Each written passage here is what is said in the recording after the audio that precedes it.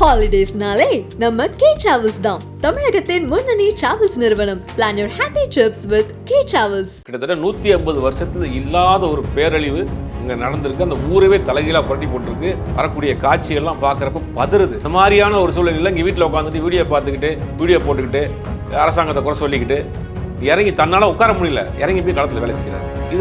இதையும் ஒரு சாதி சாயத்தோட பார்க்கறது, இதையும் ஒரு மத சாயத்தோட பார்க்கறது, இதையும் ஒரு கட்சி சார்பு பார்க்கறதெல்லாம் மனநோயாளிகள் தான் அந்த மாதிரி பார்ப்பாங்க. உதயநிதி ஸ்டாலின் அவர் கூட ஒரு ஏற்கனவே ஒரு படம் பண்ணியிருக்கிறார். அந்த நட்பின் அடிப்படையில் அவர் போகிறதெல்லாம் கூடயே போய் அவரும் நன்னால் முடிஞ்ச அளவுக்கு தன் நண்பர்களை வச்சு ஏதாவது செய்ய முடியுமா, ஒரு வேலையை நம்மளால் காப்பாற்றிட முடியுமா, இதுக்கு ஒரு அடையாளம் படுத்துறாங்க பார்த்தீங்களா, ஒரு கட்சி அடையாளம். இவர் வந்து கலெக்டருக்கு உத்தரவு போட்டார், இவர் வந்து அங்கே இருக்கிற எம்எல்ஏ எம்பிக்கு உத்தரவு போட்டார். உத்தரவு போட்டாலும் கேட்கக்கூடிய இடத்துல திமுக இருக்கா? திமுக காரணம் செய்வாங்களா அது மாதிரி? சார், அப்போ இவர் மேலே வந்துட்டு நீங்கள் சொன்னீங்க தனிப்பட்ட வன்மம் இருக்கும் அப்படிங்கும்போது அது என்ன அப்போ ஜாதிய அரசியல் தான் பண்ணுறாங்க? கண்டிப்பாக அந்த வன்மத்தோடு தான் அவர் மேலே நீங்கள் பாயிறாங்க. ஒன்னொன்று திமுகவுக்கு வந்து நல்ல பேர் வந்துடக்கூடாது, இறங்கி வேலை செஞ்சுட்டு இருக்கிறாரு, உதயநிதி கூட இருக்கிறாரு அப்படி இந்த 2 கண்ணோட்டத்தோட தான் நீங்கள் அவரை காரணம் பண்ணுறாங்க. இவ்வளோ வன்மை ஏன் உங்களுக்குன்றேன், இவ்வளோ ஏன் அவர் காரணம் பண்ணுறீங்கன்றேன். ஒரு பெண், கர்ப்பிணி பெண் பிரசவ வேதனையில் அழுகுறாங்க.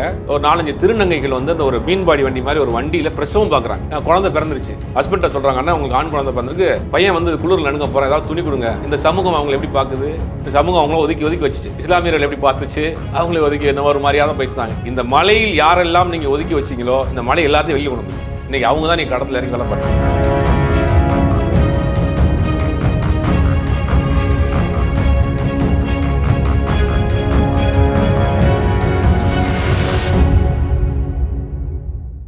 ஆகாயம் தமிழர்களுக்கு வணக்கம். நான் உங்கள் அஷ்ரஃப். இன்று நம்மோடு இருப்பது ஊடகவியலாளர், சினிமா மற்றும் அரசியல் விமர்சகர் திரு சுபேர் அவர்கள். சார் வணக்கம். சார் வணக்கம். சார், சிவப்பு கருப்பு, ஸோ இந்த சிவப்பு கருப்பு அப்படின்னாலே கருப்பு சிவப்பு சார் ஓகே, கருப்பு சிவப்பு அப்படின்னாலே டிஎம்கேங்கிற மாதிரியான ஒரு நிலையெல்லாம் இருக்கும்போது இப்போ நான் இந்த கலரில் இருக்கேன், கூடி சீக்கிரம் மாரி செல்வராஜும் இதே மாதிரி ஆகிடு வரும். ஏன் ஆகணும்? ஏங்க ஒரு மனிதன் போய் ஒரு உதவி பண்ணால் நீங்கள் ஒரு முத்திரை குத்துவீங்களா? அப்படிதானே சார் குத்திட்டு இருக்காங்க. இல்லை, அது வந்து மனிதாபிமானம் இல்லாத ஒரு செயல். அது அவங்க பேசுகிறது வந்து மனிதாபம் இல்லாத செயல். ஒரு காக்கா வந்து இன்றைக்கி அடிபட்டு விழுந்து கிடந்தால் ஒரு 10 காக்கா மேலே சுற்றிக்கிட்டு இருக்கும். அது வந்து எடுத்துகிட்டு போகிற வரைக்கும் அந்த காக்காவை மேலே சுற்றிட்டு இருக்கும். அதே மாதிரி தான் சொந்த ஊரில் நான் விளையாண்ட கம்மா இன்னைக்கு காணாமல் போச்சு, நான் விளையாண்ட புளிய மரம் இன்னைக்கு காணாமல் போச்சு. அங்கே இருக்கிற சொந்த பந்தங்கள்லாம் தண்ணியில் தத்தளித்து அதறிக்கிட்டு இருக்காங்க. வீட்டில் உட்காந்துக்கிட்டு வீடியோ போட முடியுமா? இங்கே உணர்வு நடிகர் செஞ்சார். அதே மாதிரி விஷால் என்ன பண்ணார்? ஓப்பனாக சொன்னால் விஷால் என்ன செஞ்சார்? வீட்டில் உட்காந்து வீடியோ பிடிச்சிக்கிட்டு வீட்டில் தண்ணி வந்துருச்சு காப்பாற்றுங்கன்னு. இங்கே உட்கார முடியல அந்த ஆளால். இன்றைக்கி அதனால் துடிச்சு போய் அங்கே போய் களத்தில் நின்று வேலை செஞ்சுட்டு இருக்கார். உடனே அவர் வந்து திமுகவில் சேர்ந்தாரா? இப்போ வேலை செஞ்ச எல்லாருமே திமுகவுக்கு போனாங்களா? இந்த மலையில் வந்து ஜாதி மதங்கள்லாம் தாண்டி அத்தனை பேரும் கூட்டமாக போய் அங்கே வேலை பார்த்தாங்க. அவங்க எல்லாருமே திமுகக்காரங்களா? இவர் அவருடைய சொந்த ஊர், சொந்த விளையாண்ட இடம், சொந்த விளையாண்ட கம்மா, விளையாண்ட இடம், சொந்த பந்தங்கள் இருக்காங்க. அன்றைக்கி வந்து சாப்பாட்டு கூட வழி இல்லாமல் முதல் மாடி வரைக்கும் தண்ணி வந்திருக்கான். கிட்டத்தட்ட 150 வருஷத்தில் இல்லாத ஒரு பேரழிவு அங்கே நடந்திருக்கு. அந்த ஊரவே தலைகீழாக புரட்டி போட்டிருக்கு. வரக்கூடிய காட்சிகள்லாம் பார்க்குறப்ப பதறுது. அப்படியே கார் தண்ணியில் அடிச்சுட்டு போகுது. அந்த வீட்டில் ஒரு ஓனர் கத்துறாங்க, ஐயோ நம்ம கார் போதும் ஒரு அம்மா கத்துது. இந்த மாதிரியான ஒரு சூழ்நிலையில் இங்கே வீட்டில் உட்காந்துட்டு வீடியோ பார்த்துக்கிட்டு வீடியோ போட்டுக்கிட்டு அரசாங்கத்தை குறை சொல்லிக்கிட்டு இறங்கி தன்னால் உட்கார முடியல, இறங்கி போய் களத்தில் வேலை செய்கிறாரு. இதையும் ஒரு சாதி சாயத்தோட பார்க்குறது, இதையும் ஒரு மத சாயத்தோட பார்க்குறது, இதையும் ஒரு கட்சி சார்பு பார்க்குறதெல்லாம் மனநோயாளிகள் தான் அந்த மாதிரி பார்ப்பாங்க. அந்த மாதிரி பேசுகிற ஆட்கள் எல்லாமே எனக்கு ஓப்பனாக சொன்னால் மனநோயாளிகள் தான் அவங்கெல்லாம். ஒரு சொந்த ஊரில் சொந்த பந்தங்கள், நம்ம நண்பர்கள் எல்லாம் அங்கே தண்ணியில் தத்தளிச்சிட்டு இருக்கப்போ தனக்குள்ள இன்ஃப்ளூயன்ஸோட நன்னால் முடியுமோ போய் இறங்கி விடிய உட்காந்து வேலை பார்க்குறப்ப என்னால் காப்பாற்ற முடியுமான்னு. அது ஒரு சாதாரண அது அடிப்படை மனிதாபிமானங்க. அதைக்கும் இவர்கள் வந்து சாதி சாயம் பார்க்குறது, மத சாயம் பூச்சுறது, அவர் ஒரு கட்சி சார்புள்ள பார்க்குறது. இன்றைக்கி அந்த களத்தில் இறங்கி கூட நிறைய இஸ்லாமிய அமைப்புகள் வேலை பார்த்துட்டு இருக்காங்க. அவங்கள திமுகவா? எத்தனையோ பேர் வேலை பார்த்துருக்காங்க. அவங்கள திமுகவா? ஒரு 300 பேர் ட்ரெயினில் மாட்டிட்டாங்க. அவங்க வந்து தேசிய பேரிடர் மீட்பு படையும் கூட உள்ளே போக முடியல, யாருமே போக முடியல. அப்புறம் கொஞ்சம் கொஞ்சமாக தண்ணி வடிஞ்சப்பறம் எப்படியோ குத்தி அவங்களெல்லாம் காப்பாற்றி கொண்டு வந்துட்டாங்க. அப்போ வேலை செஞ்ச எல்லாருமே திமுகவா? கட்சி சார்ந்து, இயக்கங்கள் சார்ந்து, மதங்கள் சாராமல், ஜாதிகள் சாராமல் தன்னார்வலராக எழுச்சியாக போய் அங்கே ஒரு மனுஷன் தண்ணியில் கஷ்டப்பட்டுட்டு இருக்கான் அப்படிங்கிற போது தூக்கிட்டு வந்துருக்காங்க.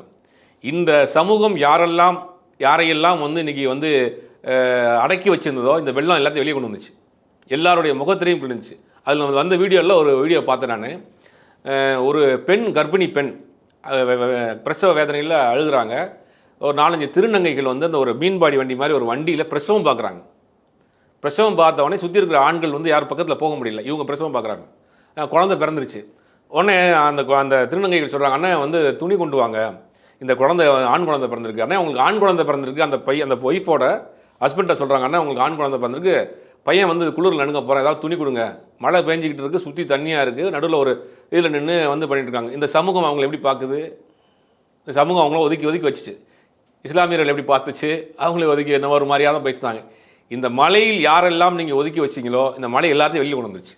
இன்றைக்கி அவங்க தான் நீங்கள் கடத்தில் இறங்கி வேலை பார்த்துருக்கு. அது மாதிரி தன்னுடைய ஊரில் தன்னுடைய சொந்த பந்தங்கள் நண்பர்கள் பார்த்து வளர்ந்த இடம் கண்ணு முன்னாடி தண்ணியில் போய்கிட்டு இருக்கு. அது பார்த்துக்கிட்டு ஒரு மனுஷன், நான் சாதாரண மனிதன் சும்மா உட்காந்துருக்க முடியுமா?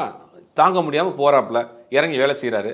உதயநிதி ஸ்டாலின் அவர் கூட ஒரு ஏற்கனவே ஒரு படம் பண்ணியிருக்காரு. அந்த நட்பின் அடிப்படையில் அவர் போகிறதெல்லாம் கூடயே போய் அவரும் நன்னால் முடிஞ்ச அளவுக்கு நான் நண்பர்களை வச்சு எதாவது செய்ய முடியுமா, ஒரு வேலையை நம்மளால் காப்பாற்றிட முடியுமா அப்படிங்கிற ஒரு முயற்சி எடுத்தார். இதுக்கு ஒரு கட்சி அடையாளம் பூசுறதெல்லாம் வந்து அது எந்த மாதிரியான மனநிலைன்னு தெரியல எனக்கு. உண்மைதான் சார். ஆனால் இவர் வந்துட்டு ஒரு அமைச்சராக இருக்கார் அப்படின்னும் போது ஒரு அமைச்சரோட நட்பு ரீதியாக கூட உள்ளே போகும்போது நிறைய எப்படி சொல்கிறாங்க அப்படின்னா, கலெக்டருக்கு வந்துட்டு இவர் சில விஷயங்கள்லாம் சொல்கிறாரு, அவங்களுக்குலாம் சில ஆலோசனைகள்லாம் சொல்கிறாரு அப்படின்னும் போது அங்கே இருக்கக்கூடிய அதிகாரிகளுக்கு வந்துட்டு அது ஒரு இடைஞ்சலாக இருக்க வாய்ப்பு இருக்கா? யார் உதயநிதி இது மாரி செல்வராஜ் அவர்கள் வந்துட்டு சில விஷயங்கள் சொன்னதாக ஊடகங்களில் வந்த செய்தி. இது எல்லாமே திட்டமிட்டு ஒரு காழ்ப்புணர்ச்சியோட பரப்பப்பட்ட வதந்தி.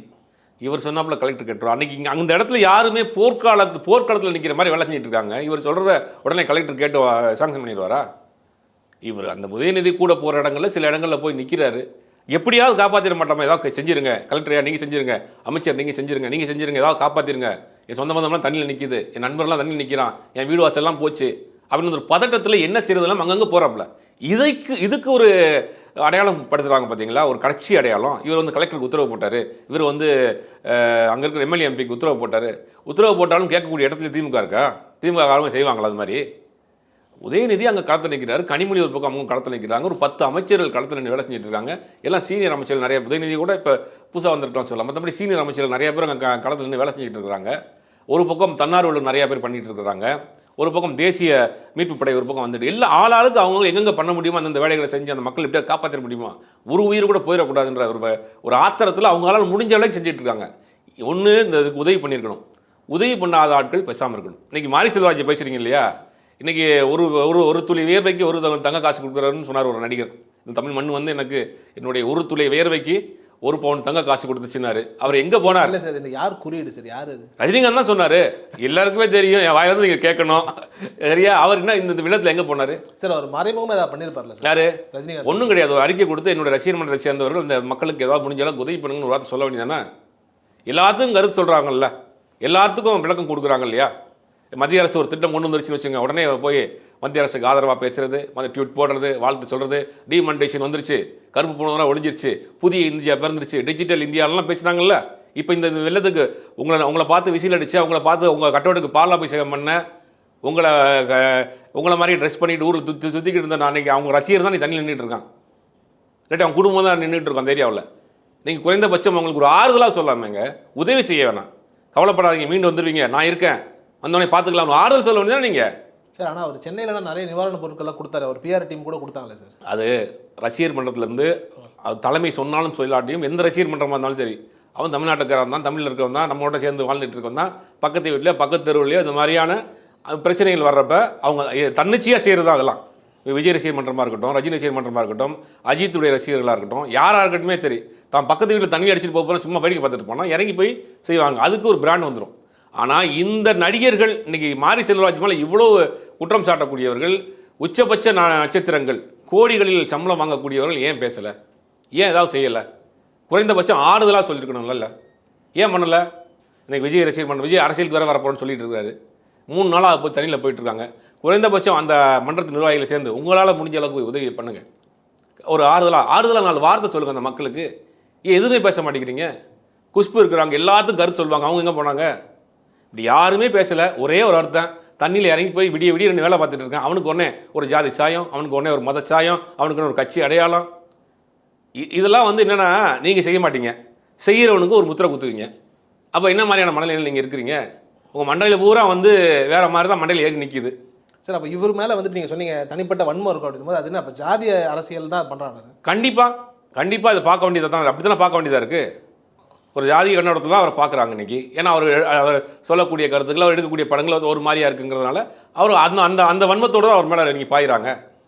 ஒன்று திமுகவுக்கு வந்து நல்ல பேர் வந்துடக்கூடாது, இறங்கி வேலை செஞ்சுட்டு இருக்கிறாரு, உதயநிதி கூட இருக்கிறாரு அப்படி இந்த 2 கண்ணோட்டத்தில் தான் நீங்கள் அவரை காரணம் பண்ணுறாங்க. இவ்வளோ வன்மை ஏன் உங்களுக்குன்றேன், இவ்வளோ ஏன் அவர் காரணம் பண்ணுறீங்கன்றேன். அவனை யாரும் சொத்தையும் அடிச்சுட்டு வந்தாரா, இல்லை வெள்ளத்தில் போன பொருள் எடுத்து வீட்டுக்கு கொண்டு வந்துட்டாரா, இல்லை யாருக்காவது ஏதாவது துரோகம் பண்ணிட்டாரா? தான் வளர்ந்த ஊரில், தான் விளையாண்ட ஊரில், தான் சொந்த பந்தம் நண்பர்கள் தண்ணியில் தத்தளிச்சிக்கிட்டு இருக்கான், இறங்கி போய் களத்தில் நின்று வேலை செஞ்சதுக்கு இவ்வளோ வன்மமா, இவ்வளோ அவதூறா? அப்போ உங்கள் மண்டியில் பூரா வந்து மனசாட்சியே கிடையாது அவங்களுக்கு. ஒரு காக்கா செத்து கிடந்தா கூட இன்றைக்கி 1000 காக்கா இன்றைக்கி வந்து மேலே சுற்றிக்கிட்டு இருக்கு. இன்றைக்கி சென்னையில் உட்காந்துக்கிட்டு வீடியோவில் டிவியில் பார்த்துக்கிட்டு ஃபோனில் இந்த மாதிரி வெளில வர்றதை பார்த்துக்கிட்டு ஹாயாக உட்காந்துருக்கீங்களே, வரலாறு காணாத ஒரு பாதிப்பு ஏற்பட்டிருக்கு. அங்கே இருக்கக்கூடிய நடுத்தர மக்கள், கீழ்நிலையில் இருக்க மக்கள், சின்ன குடிசை வீடு, ஓட்டு வீடுலாம் தண்ணியில் அடிச்சிட்டு போகுது. சிறுக சேர்த்து வச்சிருந்த கார் தண்ணியில் அடிச்சிட்டு போகுது. கர்ப்பிணி பெண்கள் ஆஸ்பத்திரிக்கு போக முடியல. ட்ரெயினில் மாட்டிக்கிட்டு 3 நாளாக கிட்டத்தட்ட 60 மணி நேரத்துக்கு மேலே சாப்பாடு இல்லாமல் தவிச்சிட்டு இருந்தாங்க. ஹெலிகாப்டரில் போய் சாப்பாடு போடுறாங்க. எந்த மீட்புக்குள்ள உள்ளே போக முடியல. ஒரு மிகப்பெரிய ஒரு பேரழிவு நடந்திருக்கு. இந்த உச்சபட்ச நடிகர்கள்லாம் எங்கே போனீங்க? குறைந்தபட்சம் ஆதரவாக கொடுக்கணும்ல. களத்தில் இறங்கி வேலை செய்கிறவனுக்கு ஒரு முத்திரை குத்துறீங்க. அப்போ எந்த மாதிரியான மனநிலையில் நீங்கள் இருக்கீங்க? ஆனால் சில நேரங்கள் வந்துட்டு களத்தில் வந்து இப்போ நடிகர்களோ இயக்குநர்களோ இறங்கி வேலை செய்யும்போது அவங்களுக்கு யதார்த்தம் என்னென்னு தெரியாத ஒரு நிலை ஏற்படும் போது, இப்போ மாரி செல்வராஜ் கூட என்ன பண்ணார் அப்படின்னா ஒரு வாய்ஸ் நோட் ஒன்று போட்டார். சில உதவிகள் வந்துட்டு இருக்கு, ஆனால் இன்னும் நமக்கு பத்தலை, வர வேண்டியது இருக்குது, லைக் நம்ம பேராபத்தில் இருக்கும் அப்படின்னு சொல்லி எல்லாம் சில வாய்ஸ் நோட் போடும்போது அதை போய் சேரக்கூடிய மக்களுக்கு வந்துட்டு இன்னும் பயத்தை உண்டு பண்ணிடாதா? அவங்க கம்யூனிகேஷன் இல்லாமல் தாங்க இருப்பாங்க தண்ணிக்குள்ளே இருக்கப்ப. நம்ம இல்லையா, நம்ம 3 நாள் நம்ம என்ன நினச்சி நம்மளை பூரா படம் போட்டு காமிச்சாங்க ஊரில். நம்ம தண்ணிக்குள்ளே தான் உட்காந்துருந்தோம். கரண்ட் கிடையாது, ஃபோன் வேலை செய்யலை, டிவி கிடையாது. நம்ம வீட்டுக்குள்ள உட்காந்தோம், மெழுகுத்தி கொடுத்து வச்சு வீட்டில் உட்காந்துருந்தோம். முடிஞ்சப்போ டார்ச் லைட் அடிச்சு உட்காந்துருப்போம். சென்னைக்குள்ள என்ன நடக்குதுன்னு நமக்கு என்ன தெரியும்? அதே மாதிரி அங்கே இருக்கிற மக்களுக்கு எந்த கம்யூனிகேஷனுமே கிடையாது. அதிகபட்சம் அவங்க எந்த ரேடியோவில் கேட்கலாம். அப்படிங்கும் போது அவங்க நெட்டில் பார்க்க போகிறாங்க, அவங்க எப்படி வாட்ஸ்அப் பார்க்க போகிறாங்க? தன்னால் முடிஞ்ச அளவுக்கு தெரிஞ்ச நண்பர்கள்ட்டையோ தெரிஞ்ச பொலிட்டிக்கல் இன்ஃப்ளூயன்ஸில் ஏதாவது பொருளை வாங்கி போய் கொடுத்துட மாட்டோமா, எப்படியாவது அவங்க போய் காப்பாற்றிட மாட்டோமா அப்படின்னு கடத்தில் இறங்கி வேலை செஞ்சுட்டு இருக்காப்புல. இதில் என்ன தவறு இருக்குது? ஆனால் எல்லாம் காமனாக வச்சது என்ன அப்படின்னா இது வந்துட்டு முழுக்க அவருடைய ஒரு சுயநலம். ஏன்னா அவங்க அப்பா உள்ள மாட்டிகிட்டு இருக்காரு, அதனால தான் இவர் உள்ளே போனார். மேபி அவர் அப்பா இல்லாமல் இருந்திருந்தார் அப்படின்னா இவர் களத்துக்கே வந்திருக்க மாட்டாருன்னு ஒரு சாரார் சொல்கிறாங்களே, இது எப்படி சொல்லுவாங்க? இல்லை, அவங்க அப்பாவே இருக்காருன்னு வச்சுங்க, செய்கிறது என்ன தவறுன்றேன். அவங்க அப்பாவை காத்தா இவ்வளோ வேலை பண்ணிட்டு இருக்காரா? அந்த அவங்க அப்பா மட்டும் காப்பாற்றுற அன்றைக்கி யாரோ அவர் ஹெலிகாப்டர்லேயே போய் கூட அவங்க அப்பாவை காப்பாற்றலாம். இன்றைக்கி ஓரளவுக்கு வெல்டுவான ஒரு டேரக்டராக இருக்கார். ஹெலிகாப்டர்லேயே இப்போ அந்த ஒரு ஃபேமிலி மட்டும் காப்பாற்றிட்டு வந்துட்டு ஊருக்கு வந்துருக்கலாம்ல. ஏன் 3 நாள் தண்ணி நிற்கிறாரு? 3 நாளாக நைட்டு விடிய சுற்றிட்டு இருக்காங்க. உதயநிதி ஸ்டாலின் 3 நாளாக சுற்றுறாரு. அமைச்சர் பட்டாளமே ஓடியில் தண்ணி தான் இறங்கி அலைஞ்சிட்டு இருக்காங்க. இப்படி இதுக்கு காரணம் சொல்லணும்னா என்ன, எத்தனை காரணம்னாலும் சொல்லலாம் இல்லையா?